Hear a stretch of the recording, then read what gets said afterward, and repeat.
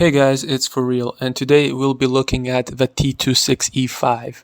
Now, this is the same tank as the Patriot for those wondering, and overall, if I gave a quick review, I would say it's not a bad tank by all means. It's definitely been power creeped throughout the years, and it's definitely not the top pick anymore. Now, that being said, it's definitely not a bad vehicle, and if you get a good matchup, it's bound to do great stuff.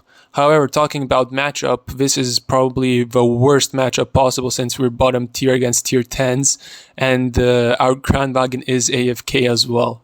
He didn't even load into the battle, which is extremely bad news. And on the opposite side, we can see a 907 with a badge, which clearly means he's not a bad player by all means, and a T57 and a Leo with several other tier 9 heavy tanks, which are quite frightening. Now, I'm going to go on top of a hill because I still haven't looked at my minimap, to be honest, and since there's no RD, I automatically decide to try and take the hill. However, it's at this moment in time when I look behind my back that I notice that our Kranwagen is AFK and our 257 is lagging behind, and our 430U is going to camp behind. So that's two top tiers essentially out of a game, and it's just me and the 268 version 4 who are going up, which is bad news. So anyways, good reflexes here by me, putting a good shot into the AMX, and I'm like thinking, oh, whatever happens, let's just do as much damage as possible before I get wrecked by the upper tiers. However, I put a nice shot into the 907 and getting an additional 200 spotting, which is always great stuff. This AMX 3019, by the way, clearly doesn't know what he's doing, and we're going to use that as much as possible to get some additional damage, but unfortunately he runs away. Now, I'm still quite concerned by the 440U camping when we have a chance of taking the hill. However, he's going to keep camping, so we just have to play really passively. And talking about having a chance of taking a hill, that significantly gets reduced when my T57 shows up and starts clipping. Now, I'm going to use the version 4 for cover because he can take the shots from a T57, especially since he's firing AP, while I can pretty much going to get penned anywhere. So anyways, the T57 gave his clip, and this is crucial what I do here. This is essential. I'm going to start picking him up because I know he's reloading, so I'm not going to give him time to breathe. I'm going to give as much damage as I can before he retreats completely. And maybe I can put one more shot, but that doesn't seem the case. But that's not a problem at all because we put him down to 600, which puts him to a one-shot for a version 4, which is great stuff. Now, the 907 seems to get pretty tired, and he wants to make a pretty aggressive play. That aggressive play would be actually reckless, as it's going to be turned out that he's going to die for it, most likely. We're going to have to see. VMX tries to play by the bushes, but he clearly doesn't have situational awareness, and I'm just going to use this to my advantage. I'm playing hold down, I'm watching my map, I'm seeing what's happening, I'm trying to look for opportunities, and slowly, surely, shot by shot, I'm racking up the damage. I'm going for some nice cupola shots, putting my damage up to 2.6k, which at the time I was like, oh, this is glorious.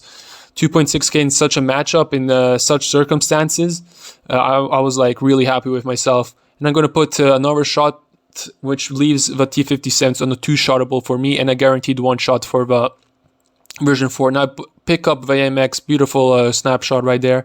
I'm going to keep on pummeling the AMX, who was also a really good player actually, and you can see that by the camo which he uses, the Prospector style. Not many people had access to that style, and only the better ones during my Clan Wars got it. So anyway, I'm seeing the Carney in the open. I'm going to try to put a couple of shots into him, and I'm always looking for opportunities to cut down these tier 9 heavy tanks, because once we get the control of a hill, this Carney, this Leo, the 114, who are all in the middle, by the way, become easy pickings.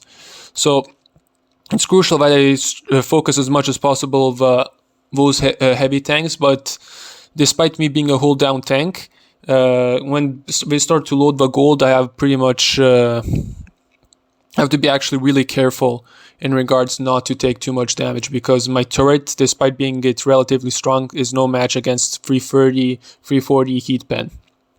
So anyways, what I decided to do is not to overpeak, but to play really conservatively, only aim for the weak spots, and by doing so, the 257 has minimal chances of hitting my my turret because I'm not peeking as much.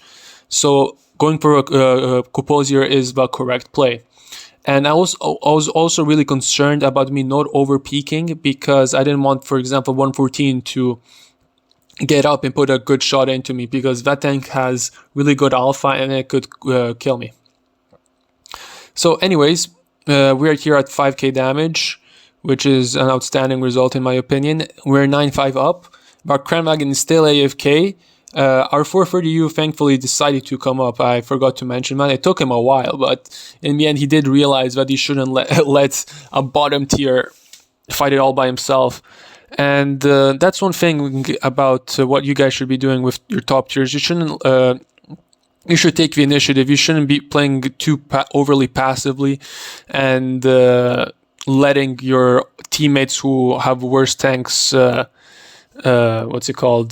take the front lines. You should try to be as influential as possible. Of course, it always depends on the situation. But in this case, for example, the 430U was clearly in the wrong. Now I'm going to speed this up a bit because nothing's going to happen for a while. And we're pretty much coming to an end here. I'm going to put a nice shot into a T30, and we're slowly taking map control, which is great. It's 12-8. And to be completely fair and honest with you guys, I got lucky, like that it turned out to be as great of a match as it was.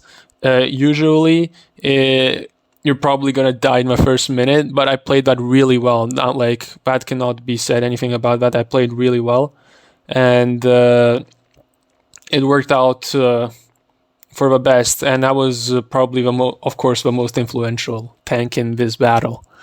So, anyways. Thank you guys so much for watching, and I hope you enjoyed this replay. Take care.